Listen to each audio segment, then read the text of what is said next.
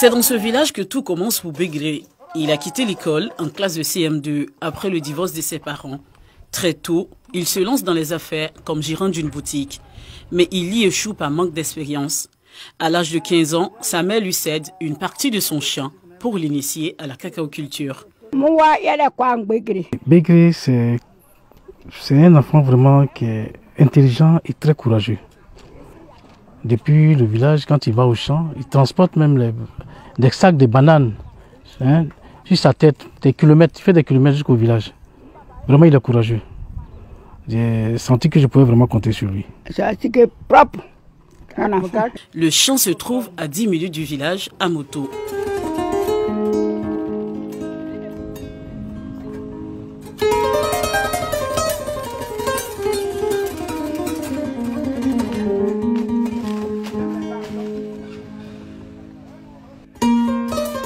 Nous sommes dans un champ d'une centaine d'hectares, un domaine de la famille Begré. C'est le moment de la cueillette.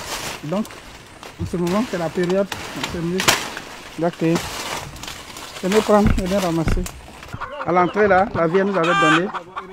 Et ici, j'avais commencé moi-même avec les propres moyens que j'avais. Et puis à l'entrée, là où on est rentré là-bas aussi, c'est là-bas qu'on a fait pour terminer. Aujourd'hui, l'homme fait de nouvelles expériences. En plus du cacao, il fait de l'élevage pour diversifier ses revenus. Donc on a une centaine de bœufs et puis une cinquantaine de moutons. Quand il y a une cérémonie, quand il y a une urgence, quand il y a un besoin, je pense qu'il suffit de tirer une bête, le problème est résolu. Begré est également en phase test de 20 hectares de culture du teck. Je bénis Dieu pour ma mère parce qu'elle a été une mère qui a vraiment protégé nos intérêts. Elle a laissé tout ça pour que nous venions exploiter. Elle nous a appuyé même fortement en esprit, sur tous les plans financiers, humainement, par les conseils, l'encadrement. Elle a été une mère franchement. Aujourd'hui, grâce à elle, nous avons ce domaine. C'est mon éclaireur. C'est celui que Dieu a mis au devant pour élever la famille, pour conduire la famille. Donc c'est une fierté pour moi aujourd'hui de le voir en tant que jeune frère. En tout cas, je l'envie beaucoup parce qu'il se bat beaucoup. Et c'est vraiment le modèle parfait que j'ai. Un modèle parfait aussi pour les jeunes. Il leur donne des financements pour des cultures vivrières. Il est vrai que j'ai créé ma structure en 2016, mais c'est lui qui a eu confiance en moi pour investir des millions pour permettre aux jeunes de pouvoir se prendre en charge. De planteur, Begré est devenu vendeur. Il a créé une coopérative pour la commercialisation de sa production et celle d'autres planteurs. Ce système lui permet de gagner 2 à 3 fois plus. La coopérative commercialise en moyenne 5000 tonnes de cacao par an. Il y a la confiance des producteurs qui nous donnent du cacao à crédit et qu'on va pour la vente.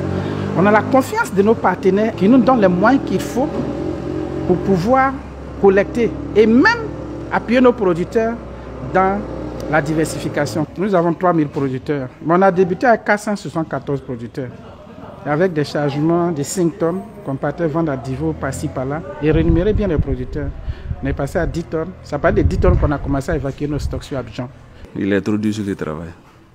Donc à cause du travail là, vous pouvez vous chamailler, mais après ça passe. Planteur, il y a beaucoup les femmes à l'accouchement, opération, tout ça, il fait. Et de rien en retour. Mais Begré Guadio ne s'arrête pas là. Il multiplie ses gains en créant 3 autres entreprises. De l'immobilier à la distribution, au BTP, en passant par l'hôtellerie, il déploie ses ailes d'homme d'affaires. Et met à la disposition de la ville sa première station-service. La population vous prenait le carburant à tout maudit. Il y a 5 robots. Et donc il fallait ça nécessairement. Là nous sommes en travaux de réaménagement. Et puis à les travaux de la voirie, ça fait qu'en ce moment on a pris une pause. Mais je pense que c'est en finition. Bon, avant c'était un peu pénible, dans la mesure où on devait aller s'approvisionner très loin pour nous qui sommes, comment je dirais, dans les environs. En tout cas, ça nous rafraîchit, ça nous facilite la vie aussi. Pour une meilleure gestion de ses entreprises, l'homme d'affaires fait appel à ses fils, Franck et Kevin, à l'étranger. Chacun doit gérer une entreprise selon sa compétence. J'étais juste en stade de fin d'études au Sofitel Marrakech.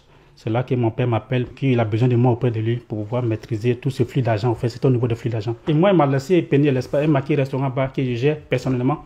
C'était son activité, mais il m'a légué ça. Il a fait déjà la base, il a mis déjà les moyens qu'il faut mettre. C'est-à-dire professionnaliser le reste avec les acquis que nous on a pour rendre ça encore grand, pour rendre ça encore plus autonome. J'ai une licence en logistique transport. Il m'a confié une benne que j'ai pris pour démarrer les activités. Le chargement des sables, des graviers pour les concessions.